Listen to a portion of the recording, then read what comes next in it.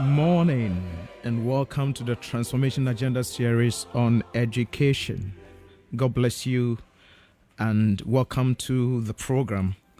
Good morning to the President of the Republic of Ghana, His Excellency Nana Addo Dankwa Akufo-Addo, the Vice President, Dr. Mahmoud Bawumia, Honorable Dr. Yaosei Duchim, wherever you are, Reverend John Intim-Fodjo, Honorable Gifty Chumampofo, and all the directors of education in this country, teachers, students. I want to say good morning to you and God bless all of you. This morning, we're going to be talking about university education in Ghana, the challenges that they are facing, private and public, and discuss the way forward. We have a lot of people who complete our universities and some of them don't have jobs. What is really happening in the universities in this country, private, secondary, private and public? And university education is supposed to expose students to new research and technology. It's also supposed to encourage creative and independent thought. It's also supposed to expose students to culture and other backgrounds, and better career opportunities, increase one's chance of getting a better job, for example. And also sort of broadens your mind on different issues and aspects of life. Is that what we are seeing? Is that what the universities are giving us? When we get out of the universities, who do we become and what do we become? This morning, we're going to be having that discussion. Stay tuned. Class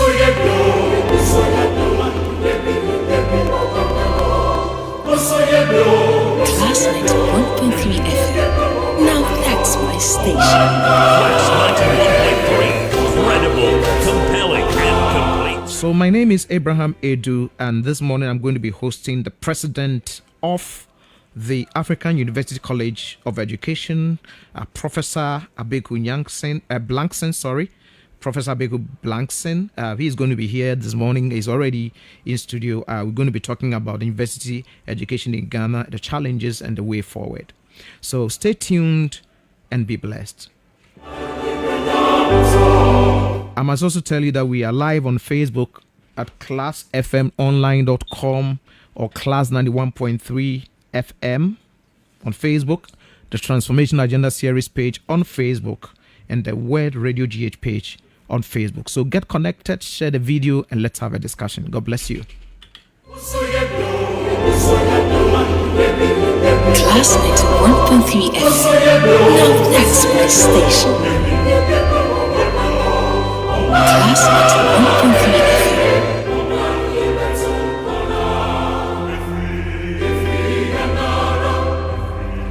Class 91.3 FM.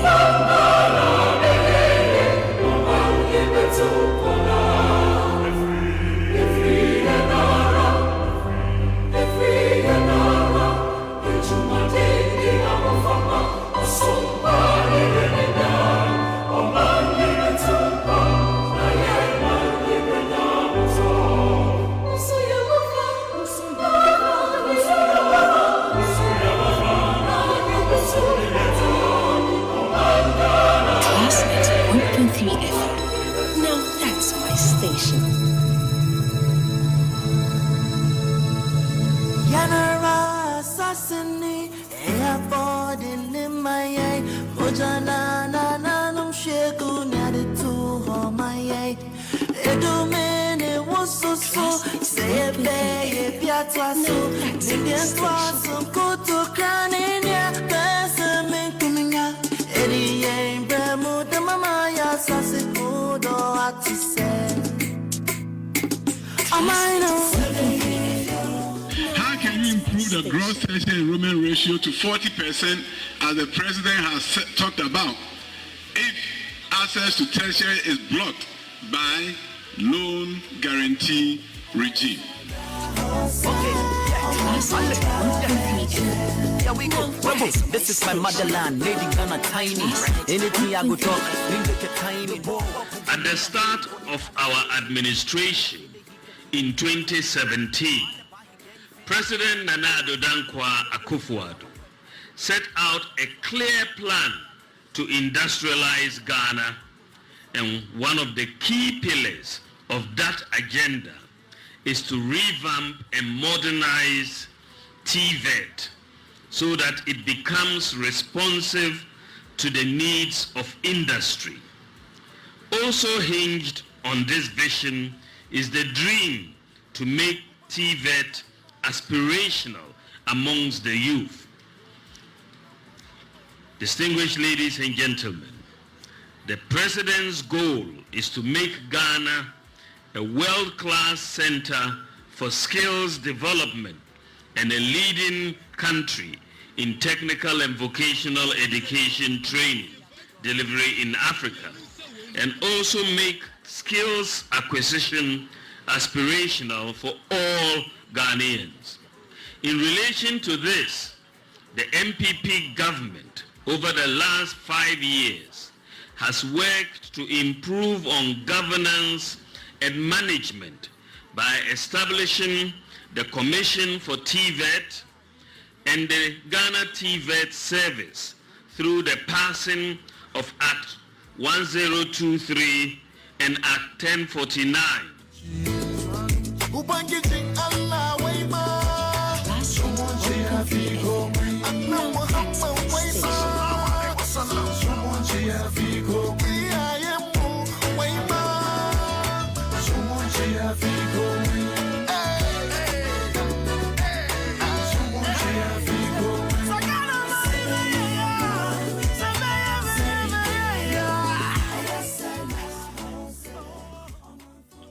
All right, so welcome back.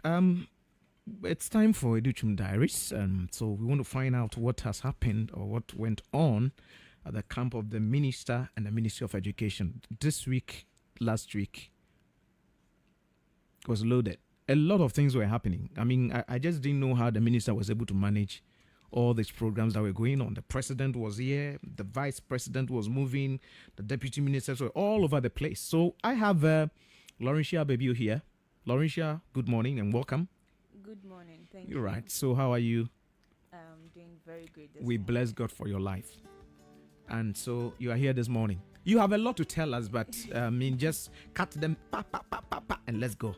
Yes, Yes. You're right. I mean, this morning I'm really packed, but I would have to just make it very brief. So let me start with the fact that the whole world is currently changing rapidly. Yes, and let me also put it that the whole world is actually on the SDG 4 since we are actually in the fourth industrial generation. Yes, and as a result of that, with the SDG 4, Ghana and then the President, His Excellency Nana Addo Dankwa Akufo-Addo, is making everything possible to make education a very key factor currently.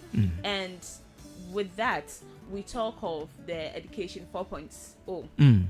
So when we talk of that, that is where we put all together with respect to STEM, TVET, modernization of our SHS schools, our basic schools, and all that. So just recently, with respect to taking care of all that and then making sure that we follow our SDG 4 and then making our Education 4.0 a very key factor and then something very important in Ghana. The President and then the Vice President and also our Honorable Minister, Honorable Dr. Yaw-Osei Edichum, on Monday had the 32 sword curtain ceremony. That is for the TVET institution. The first phase. Yes, the first phase. And actually, the first phase has to do with only 9. Wow. Yes, but then the sword curtain was actually for all the 32. Yes, but the first phase had to do with only 9. So on Monday, I mean, all that was done, and then it was very, very beautiful. Wow. Yes, it was. and then I think on Tuesday we also had the launch for the TVET service. Let me put it right, the Ghana TVET service. Yes, and then we had which is more of let me say the modernization of the service. Yes. And then the computerization. Let me put it so. Yes, the computerization of the whole service. So we had the launch of that, and then the launch of the Applied Technical Institute of TVET. Yes, but then when we put all together, it's like we are not taking the TVET away, but we are just making it more modernized. Yes, to fit into our current educational structure and in our technological world. Yes.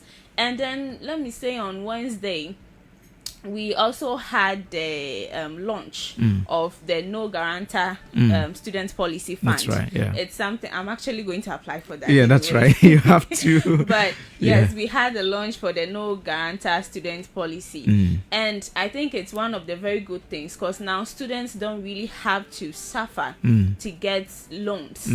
Because for you to even get somebody to come and stand in as a guarantor for you to be able to get a loan, it's very stressful. So I think this is one of the very good things government is actually on. But to talk of all these, and there's something, I think something you left out at the TVET ceremony. There was they gave out some pickups and some buses. Yes, I was there. I was there. They actually gave 37 buses. Yeah. We had about 21 double pickups, and I mean it's a whole lot. One Toyota V8 Land Cruisers. We had some Toyota Fortuners and a whole lot. I mean, it was all given to the Ghana TVET service. Yes. And yes, I think helping it's them really to function. Going to help, the institution to or the service to really function. And aside all that, from Monday to Wednesday, we had Senlos. Senlos, yes, organizing the first ever national distance learning and national digital and distance learning conference at the Labadi Beach Hotel.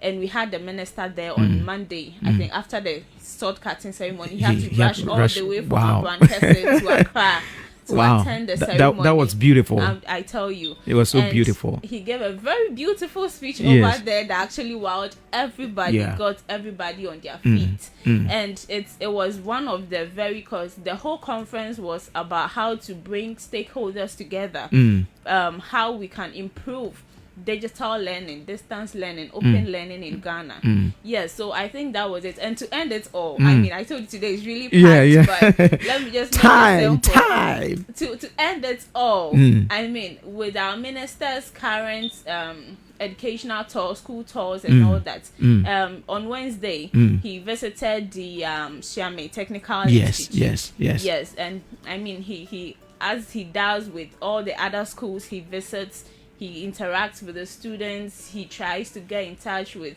the workers, the teaching, the non-teaching, the heads of the schools to see how the students are faring and how everything is going on.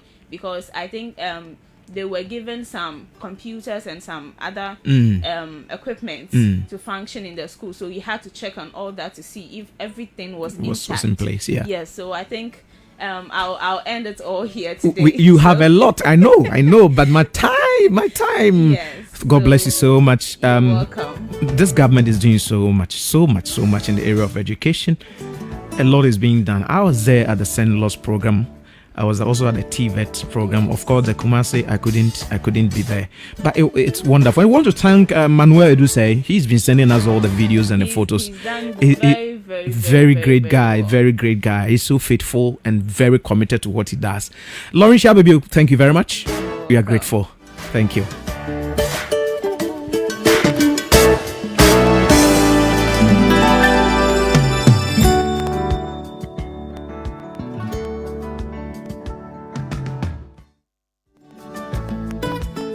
Like I said, we're going to be discussing university education in Ghana, the challenges and the way forward.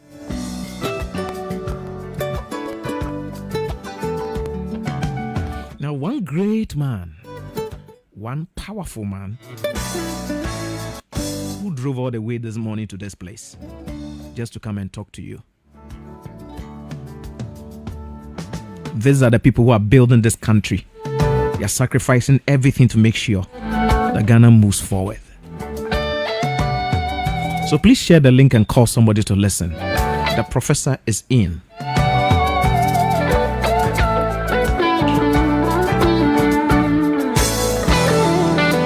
When I see people with gray hair, I respect them a lot. They've seen a lot in life. And sometimes when they are around you, you just observe, you see, watch how they talk and all these things. The youth of this country should learn a lot. I want you to look at the posture of the Minister of Education. Go on Google, just find out his photographs with the president. See his demeanor. His hands is always at his back. Very quiet and listening. Loyalty is part of him. I remember when we did the promo and put his name, he said, take my name off and put the president's name there. Listen to the Vice President, Dr. Mahmoud Bawumia. Anytime he's speaking, he doesn't speak for himself. He speaks on behalf of the president. And that is loyalty. And these are the people that we have to look up to and become like them. Pray that we become like them when we grow up. We become like them. So Professor Abeku Blankson is the president of the African University College of Education at Dabraka in Accra.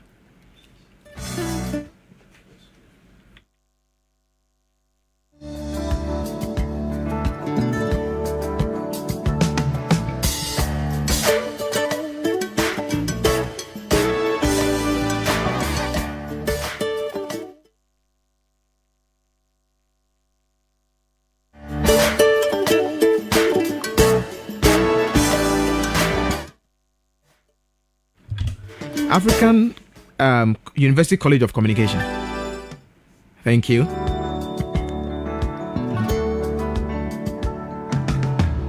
And we are going to be talking about university education in Ghana, the challenges and the way forward. So thank you very much. You are welcome, Professor Abeku Blankson. Thank you for having me. Thank you. It's a blessing having you here. God bless you so much. We are honored to have you with us this morning. The minister is listening to you. I believe the president is also listening to you. All the people who, are in the helm of affairs at the Ministry of Education are listening to you this morning. The whole country is listening to you this morning. My first question to you is, I just want us to talk about something that I believe that is happening in this country. Just briefly, you have a lot of people. There's a culture of insults that goes on, especially in social media. You have people who call on radio stations and they are insulting people older than them. People can even go as far as insulting the president and people who are older than they are. I believe that in your time, these things you wouldn't see them. Where are we going to with this culture of insult? When you sit back and you listen or you watch these things, how do you feel? Oh, good morning. I just want to thank you for giving me this platform. It's extremely important what you are doing, the ministry with the support of the ministry and this transformation agenda, especially looking at educational issues. I think it's extremely important. So I'm very grateful. God bless you. That you've given us that platform. Hopefully, we can all share our ideas, thoughts, advice, and then move forward. Actually, the platform has been given to you by the Minister of Education. Thank you very much, yes. Minister. Yao Edutum. Yes. Thank you very much. I follow him a lot. Yeah. Because I was also in the United States. So okay.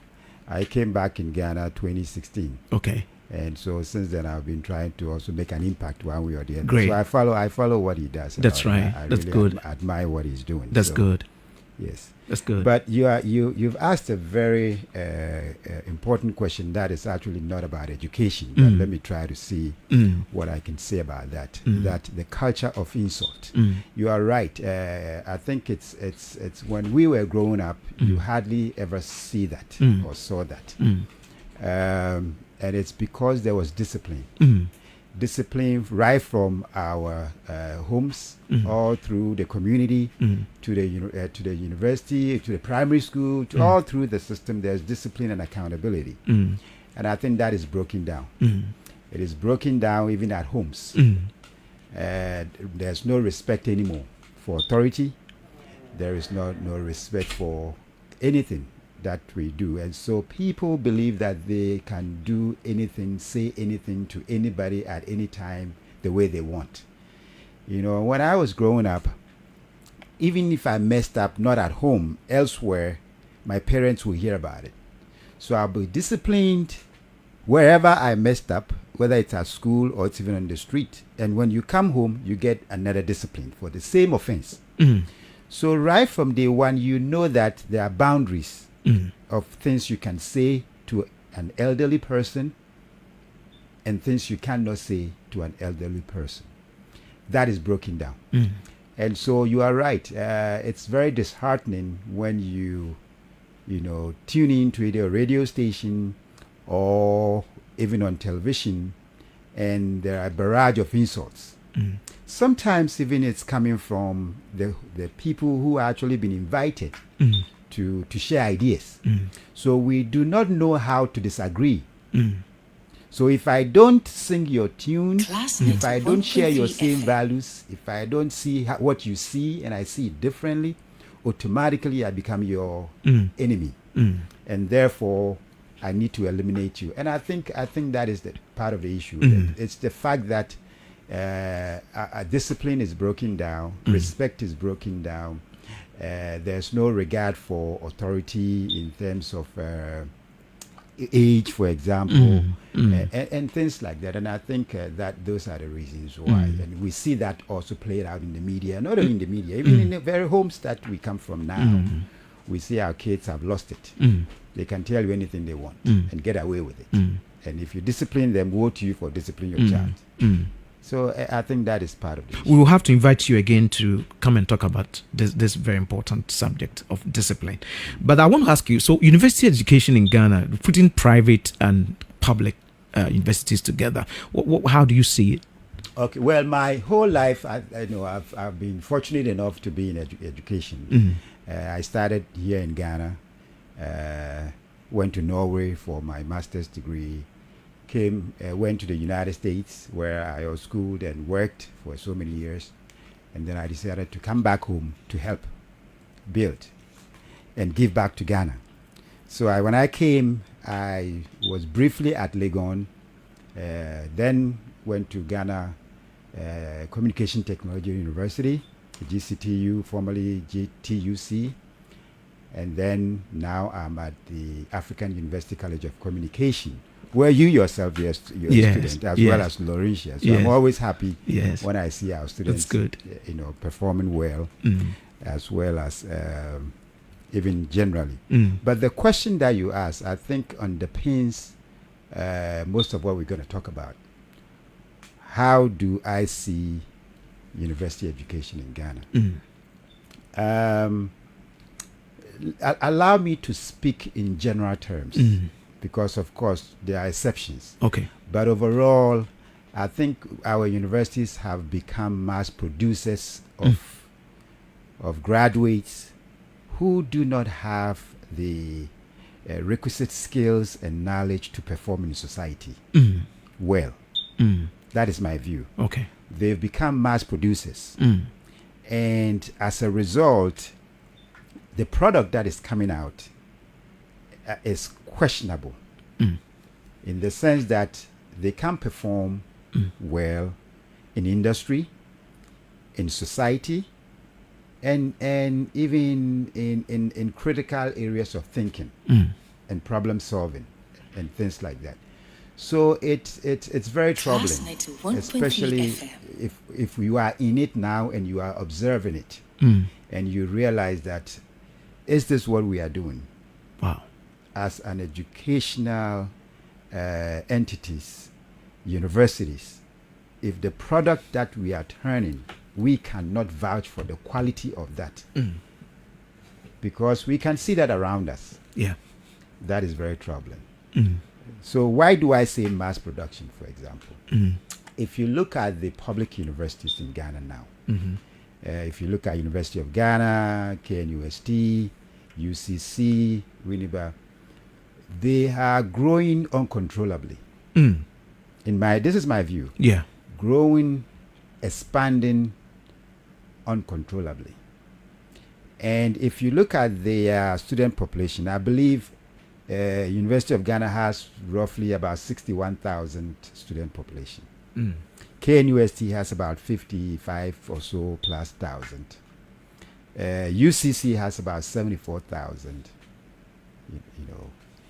And you ask yourself, if it's a mass producing entity that cannot guarantee quality, then we are turning out all these students into society to become a burden on the government. And that's what we are seeing.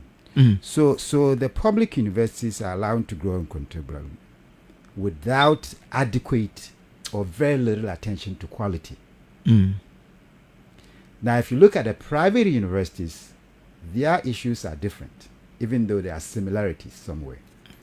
Their issue is mainly being under-resourced, no policy guiding them, so they are kind of doing their own under some kind of a mentorship that does not work. All right, and then because they are under-resourced, they are not attractive also to the traditional student, which is the 18, 19, 20 who was coming from a high school. They are not attractive because every high school student wants to go to the big university. Okay. So their enrollment keeps dwindling. Some are dying out, and so the issues there, even though they are similar in terms of quality and all, less quality and all of that, they also have their unique challenges that must be looked at seriously. Seriously. And I believe the Minister Educhum is aware of all of GTech is aware. Even all of us in academia, we are aware of the challenges. Do we have the will to sit down and take the tough decisions? That is the question. Class 91.3. Okay, so thank you very much. Research says that about only 15% of graduates that leave our universities are able to secure jobs in the first year. Yeah.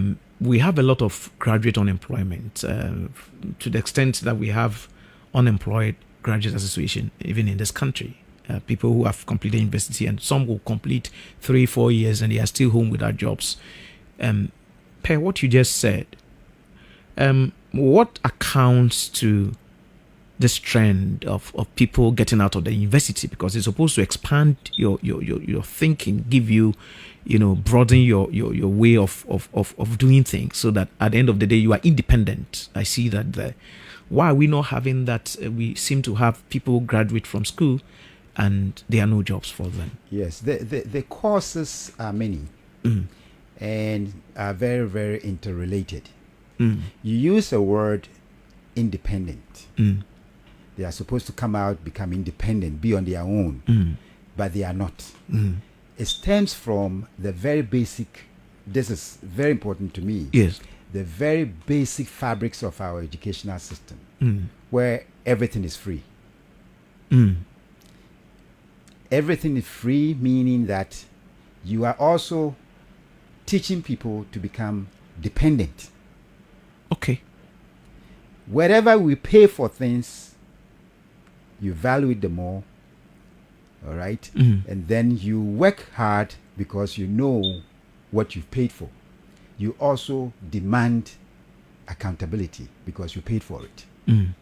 Unfortunately, in our educational system, and not only in the educational system, if you look at so many other areas, one of the key things to me is that of the dependency that we have created. Every graduate, when you ask, what are you going to do after work? Oh, I'm going to wait for the government to employ me. So their mindset is, I have to depend on the government, not depend on my own. All right? Yeah. And that must change. And to change that, students must also be made accountable for their own education. Okay. One way or the other. So it's, if it's a partnership between the state and the stakeholders, that is great.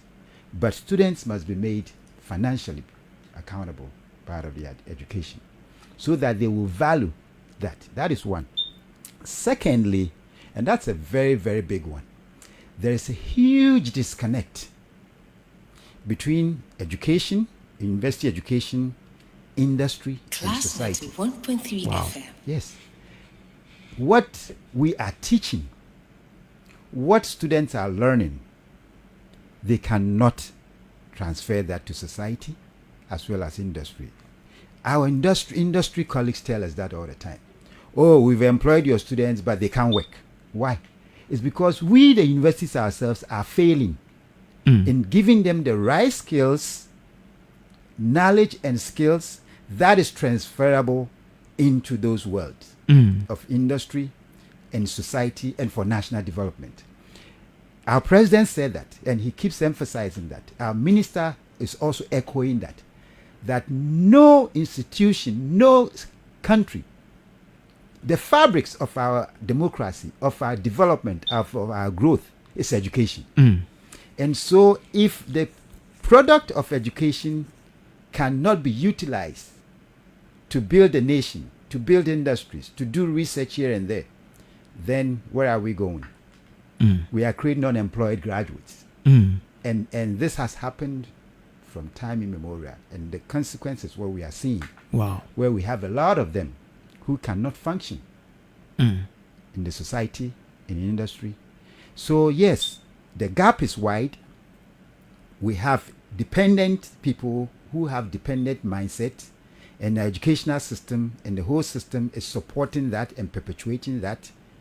So these two factors are in themselves are even very, and our educational systems are not accountable. As we speak here, if you ask me, what are the strengths of each of those universities that we have, I can't tell you. I'm a president of a university. Yeah. I can tell you now that UG is known for this. KNUST is known for this. UCC is known for this. AUCC is known for this. I can't tell you. In the past, you could. If you mention University of Ghana when I was growing up, you are known for medicine, you are known for social science and things like that. KNUST was known for what? Technology-oriented, science-oriented stuff. All right. So if you go to KNUST for tech, UCC BCom, commerce and things like that. Yeah. University of Winneba or education was trained teachers. They had those as their strengths. Of course, they were doing little things here and there, but everybody growing up knew where they wanted to be. Okay. Now they're all doing everything, so they've become masters of nothing, right? But doing everything. And we are all copying all of that. That is why I started by saying they are growing uncontrollably, but with little or less quality. Because we can't really. Now flip it. If you go to other parts, and the minister knows that, honorable minister knows that. Even in the United States, the best universities, most of the best universities are known for something. And they are private, most of them. Yale, Cornell, MIT.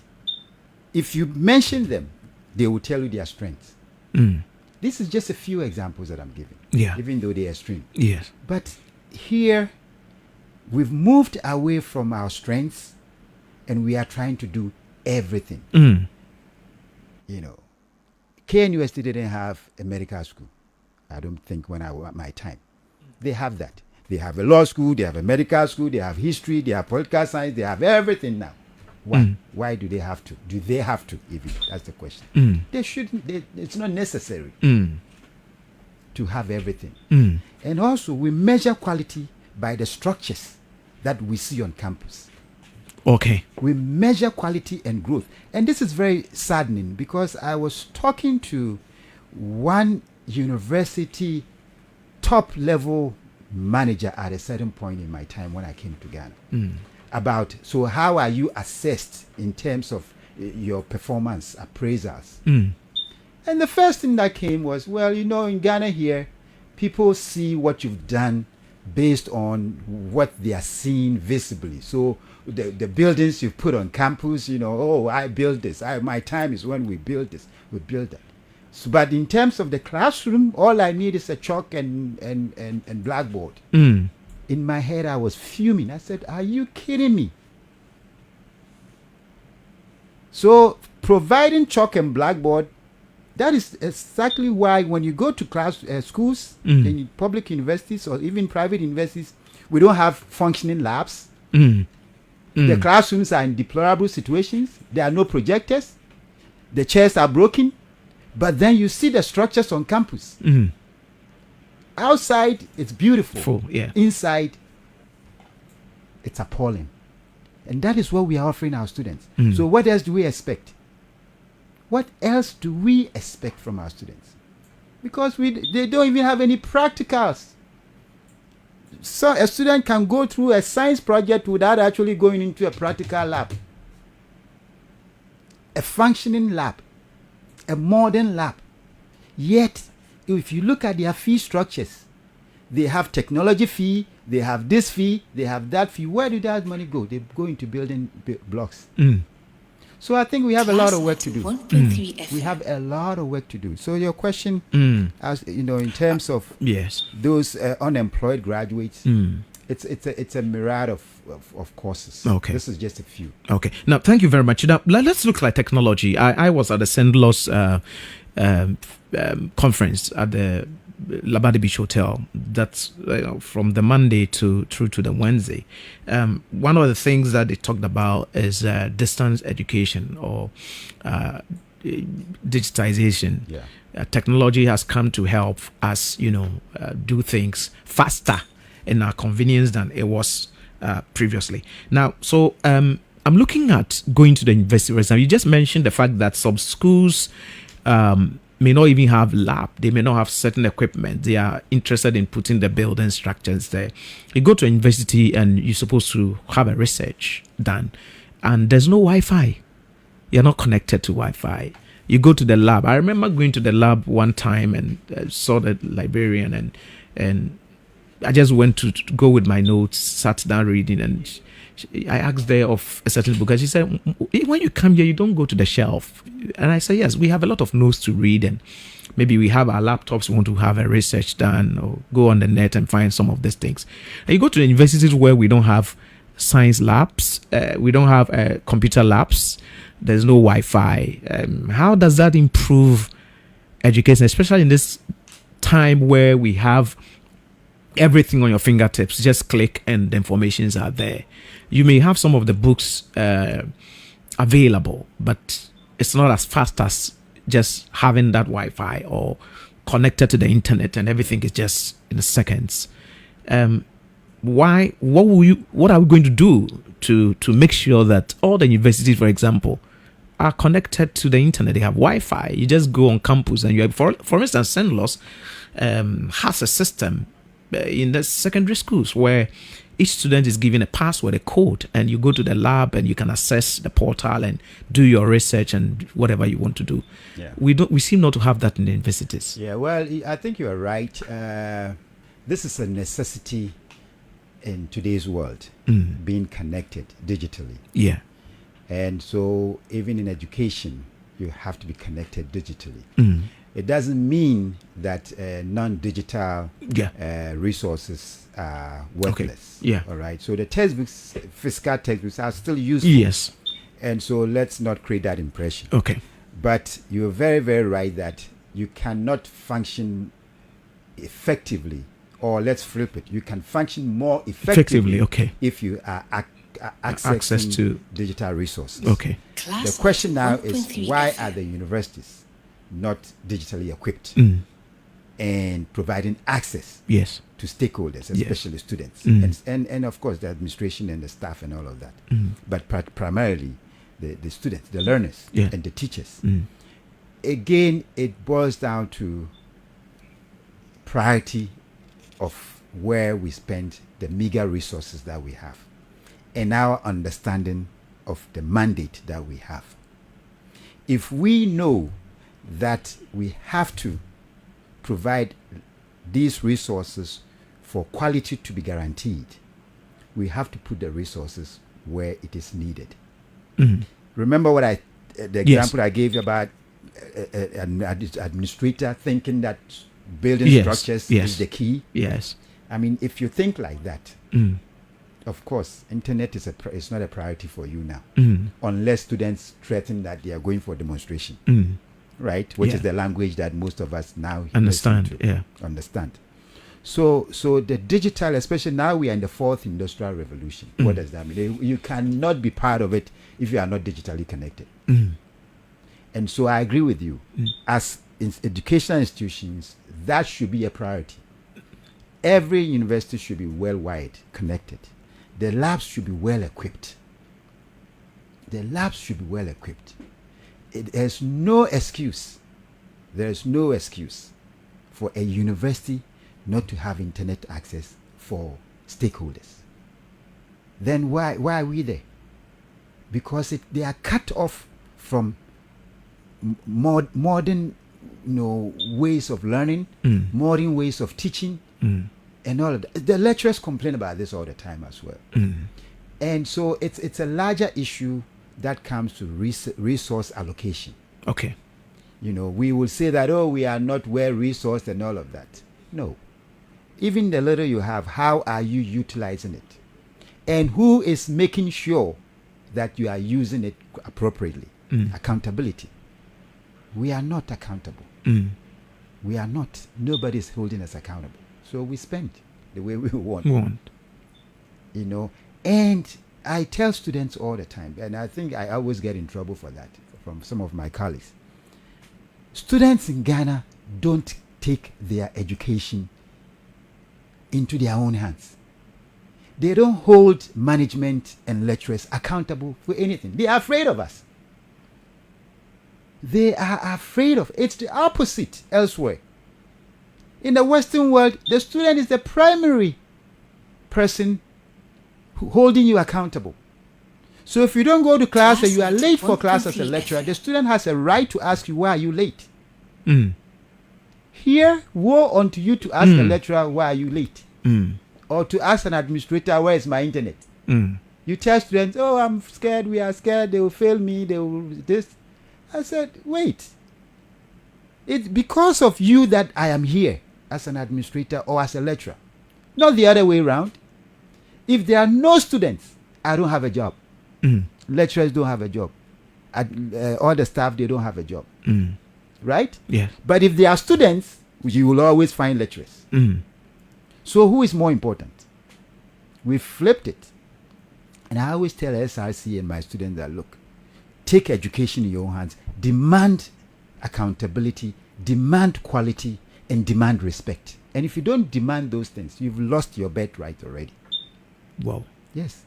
In the Western world, that's what happens. And so if I am going to class to teach, I know I better be prepared. I know I have to be on time because my student will put it on evaluation. And even sometimes they will call my vice chancellor. Say, our instructor or our lecturer was late. May we know why? Wow. You can't do that. It's not that the students here cannot do that. They can, but they've sold their birthright to all of us. And so now we trample on them and we just give them whatever we think we do. No, that should be reversed, in my view. Thank you very much. So I'm here with Professor Abigu Blankson, who is the president of the African University College of Communication. We are talking about university education in Ghana, the challenges and the way forward. You can send us a WhatsApp on 0500,000 202 0500,000 202, and our phone lines are activated. You can call us on 0302 20 80 80, 0302 20 80 80, 0302 20 80 80, or send us a WhatsApp on 0500,000 202. God bless you. Now, Prof, there is an issue. I went to one of the tertiary institutions and I saw on their billboard names of students who are cheating or involved in examination malpractice. They put your picture there and then they write what you did, the crime you committed. Now, why do we seem to have cheating or examination malpractices going on in our universities? I was hoping you would not ask me that question. But since you've asked, let's look at it. I'm familiar with the case that you have mentioned, where it's like the name and shame policy, where the cheaters are advertised on the blackboard and you see their picture with their crime and all of that. I'm familiar with that. So I've actually engaged my faculty in some of these. All right, thank you very much. Let's pick this call and then we'll come back. Right. All right, so good morning. Good morning. Yeah, please, your name and where you're calling us from. My name is Victor, calling from Asham. Okay, Victor, please talk to us. Prof is here. Prof. Hello. Hello, Prof. And let's say the professors in this country and the engineers. Do you people agree that you have failed Ghana? It's a question. Good morning. All right, thank you very much. So that's a question. We'll answer that question. So there's somebody else on the line? Hello. All right. So, Prof, you were speaking. Okay, Yes. okay. All right, sorry. Let me pick this call. Hello. Hello. Yeah, good morning. Good morning. Your name and where you are calling us from, sir? Nia Ulelati from Nyamiche. Okay, Nyamiche, you are calling us from Nyamiche. Ni, please talk to us. I don't normally recall your name, but let's put that aside. Prof, thank you very much for your explanation. You see, we're talking about facts, things that are going on. You've just said so many things that shows that our universities are looking so nice, but when you enter, there is nothing in there. And then we've got leaders that says they know best, so they're coming to help us to build it. And they are not doing those things. When we come out to say these things, and then it's been turned like we call to insult them. Your first question that you were asked, that people call to insult the president and those things, it's not nice. Nobody wants to insult the president. If the president is doing the right thing, I don't think nobody is going to call and insult him. He's not doing, the fact that I don't agree with him doesn't mean I don't like him. I may criticize him. I may say things that he's not doing the right. So please, advise your host. He shouldn't be too partisan. He shouldn't come on air to defend the president. If he really thinks that we want to build a better Ghana, please, Prof, you've traveled. Things that you see outside, do you see those things here? And then they keep on telling us we shouldn't compare ourselves to them. Rome was not built in a day. It was a good step that was taken. That All right. those countries. Ni, thank you very much. We appreciate your call. God bless you so much for calling. Thank you very, very much, Ni. There's someone on the line? All right, thank you. So, Prof, you can answer those questions and ask. Let me take the first one about the question, which actually is how even I started the entire discussion. Yes. That do I agree that the universities have failed the nation? And I remember by saying that yes, because we are not producing to serve the needs of the nation, right? The quality is low and all of that. So yes, caller, I think I agree with you that as an institution of education, collectively, we have a lot of work to do. Yeah, we have a lot of self-reflection to do, as well as a lot of changes to do to make sure that we are having the impact in the nation in terms. It's all about impact, national development, industry, research, all of that.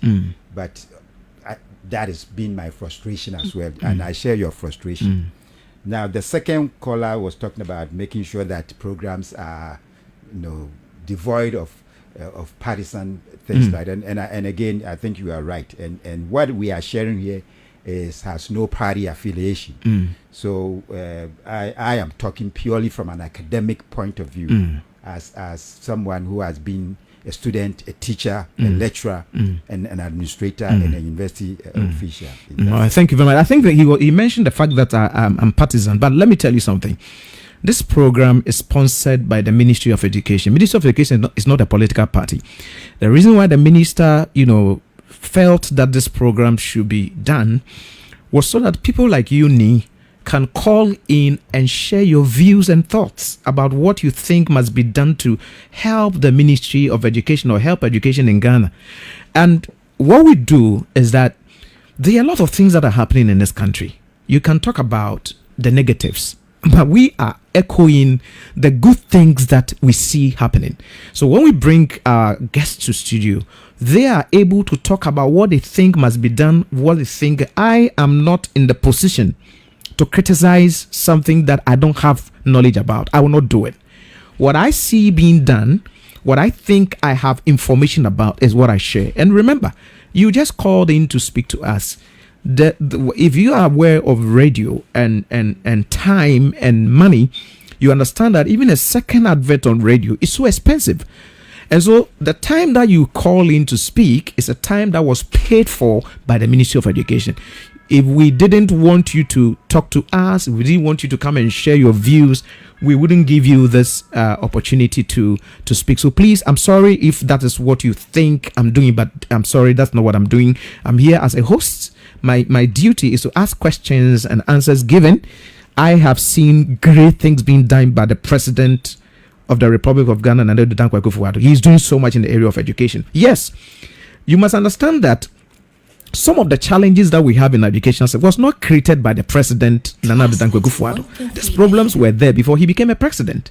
He has never created any school under trees. He's never created some of the problems that he's supposed to solve today. He's a president. So if we have challenges, he's supposed to solve them. But the president did not create the problems that we have. And he's trying to do his best to solve them. So please, let's all understand what we are doing and move on. Thank you very much, Prof. Let's look at the choice. You were making a point. Yeah, you asked a question about cheating. I think it's very important. Yes, it's please. Extremely important. Yes. Now, the causes of cheating, students cheating in school, very important. So let's look at it. One, I think universities, we have created an enabling environment for that to happen. Okay. All right. Okay. So there is an enabling environment for cheating to happen. Why did I say that?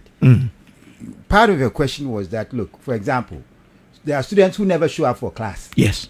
But then they come to take the exams, right? Yes. Every university has attendance policy, which says that if you don't show up for maybe 4 or 5 or 6 classes consecutively, you are out. They should kick you out of the class. It's a red, black and white, written right there. Every university lecturer knows that the policy exists. Yet you have a student who has never stepped foot in class, show up at the last day of exams, and will be allowed to write the exam. What is that student going to write? Of course, they have access to the questions already. So they come and just give you the answers and they go. So we have a policies in place. We are not enforcing those policies. And that's one of the reasons I'm saying the enabling environment is there. All right? So anytime you create an enabling environment like that, people take advantage of it. Right? Now, from the student point of view, of course, they want the easy way out. Today's students just want cop out quickly, come in, out, and go. And one of the ways, get me access, and then I'll cheat. Cheating is not only just getting access to the questions, but even going to see the lecturer. Okay. And offering other forms of services and money and all of that for grades. These are all part of cheating. So personally, I think the enabling environment is one. Secondly, also another important point is the way we teach, learn, and assess students. We teach them to learn, soak it in, come back, pour the same thing, and get away and go. Pass it and go. We don't teach them to be active learners. We teach them to be passive learners. If you look at Bloom's taxonomy of learning, learning pyramid, all right, majority of quality learning is at the active level. Okay. Where there's discussions, there's problem solving and critical thinking. Those are active learning. We don't do that here. Okay. Most of it, we just go into the classroom, the lecturer tells them what to give them notes, repeat the same notes in the exams, you pass and then you go. So why wouldn't they cheat? I mean, why would they not cheat? Well, thank you very much. I think our time is almost up, but let me ask you this question about the Free Senior High School. We have about 500,000 students that enrolled in 2022, 2022. Now, are the universities ready for this number of students? We are looking at plus 40% plus students getting into the tertiary institutions. Are we ready for this number of students if they are to enroll into the universities? That's a very interesting question. Are we ready? Yes. We. Because we do have the public universities, which I've already said they're overcrowded. Right? Yes. They're overcrowded. They don't have the resources. Their quality is questionable. And they are trying to even do more by expansion. Expansion in numbers. Yes. So now we are going to add to that. Chaos. Right? Then we do have the private universities that don't have enough students. Okay. So if you look at that, and I think this is where the minister, this is my view, I think this is where the minister should focus more on. Private universities. Privatization of the universities in Ghana, not the state universities, but private universities. We are doing private, public, PPP things in other sectors. Why not in education? Why not in education? Currently, the private universities, some of them have collapsed because there are no students. Wow. And it's because the students that are coming out of the high schools are not interested in private universities because they don't know about this one, and they don't think they want to go to big schools, like I said. So for me, the universities are not ready to accept them. They do not have the resources. However, if we focus on encouraging the private universities, working with the private to absorb some of these, it would solve the problem. Okay. Because then the government has a keen interest in the private. See, there's the notion that the private universities are there to make money. Actually, they are not making money. Most of them are running at a loss. The religious ones are always being supported by their religious institutions. The ones with the international partnerships, they are pumping in money from outside. And the local ones with local partnerships are the ones collapsing. That tells you that there's no profit there. All right? Yeah. If you look at the examples of the Western schools that I gave you, Yes. Yale is private non-profit. All of them private non-profit. So that is where we should go. Not these public big schools who are already expanding and you know. Wow. So I think the Minister of Education should look more into how do we strengthen these private universities, work with them to be able to be viable, to produce quality, have a niche area, be known for something that they want to do well and do it well, be skill oriented, be problem solution oriented learning, be team oriented learning. You know, there are so many models that we can look at. That we can now look at to make it work for us. You know, modify it, transform it, make it work for us. And some of us will be glad to offer our services. Thank if you. The minister wants us to be involved, of course. I'm if sure he calls wants you us to be today, involved. We'll be there. Yes.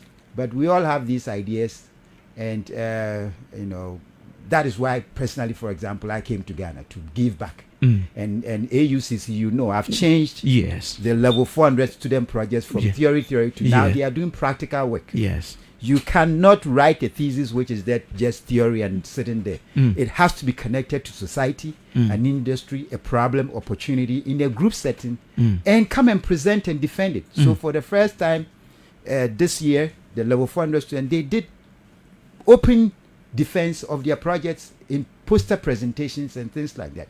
We are extending that to graduate education. You know, let me share. I know your time is up, but quickly. Yes.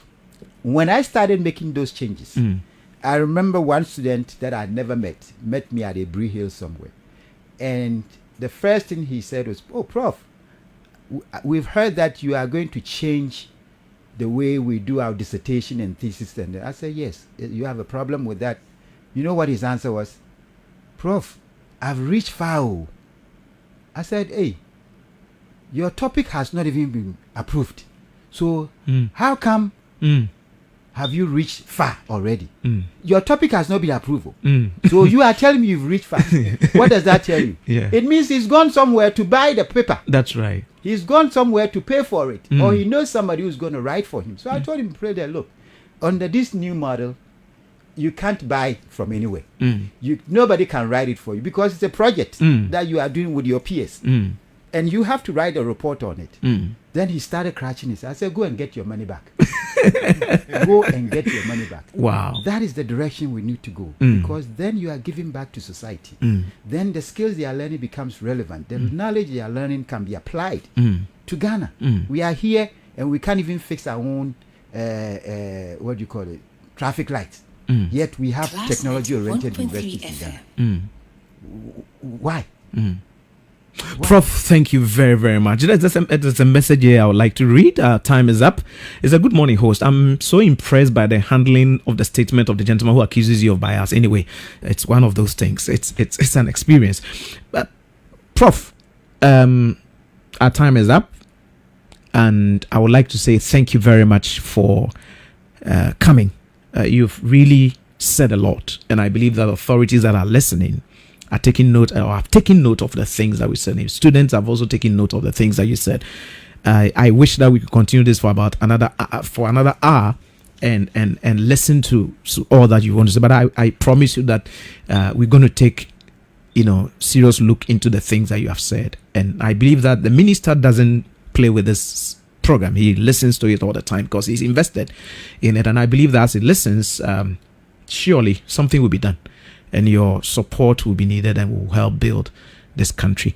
If lastly you want to say hi to somebody, you can do so quickly. I just want to say hi to my family, my wife and kids, and to the minister, the president, all my colleagues out there, and to you especially for giving this platform. I know most of what I said has to do with the challenges that the universities have, but of course there are other good things that they do as well. So we don't want that to be lost. Yes. But overall, I think I want to just thank you for this great opportunity. It is a very good program, and I think we can actually have a national dialogue, on education, especially higher education in Ghana. So if the minister extends an invitation to me, of course, we'll all be part of it to come and discuss some of these issues in detail, and more importantly, solutions. How can we work together to move the country ahead and forward?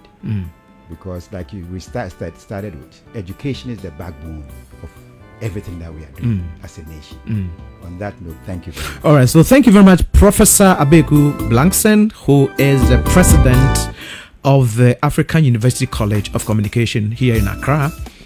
He's been here this morning talking to us about university education and the way forward, the challenges and the way forward. We spoke a lot about the challenges, and I believe that he's really impressed us. He spoke a lot, and I believe that as he said, he's ready to contribute to support the education sector of this country. We want to say thank you very much for doing the listen. Those of you who called, we appreciate you for your calls, and those of you send messages. Sometimes the calls are time when we are not able to pick, but I want to say we appreciate all of you for doing the listening and making the call. Thank you very much to the Minister of Education, Honorable Dr. Yaosei Duchum, his two deputies, Honorable Intim Fojuo, John Intim Fojuo, and then our mother, Gifty Chumampofo. My producer, thank you very much. The technical team, the production team, and everybody who contributed to this program. God bless you so much. Take care of yourself, be good, and see you next week. I'm Abraham Edu. Bye.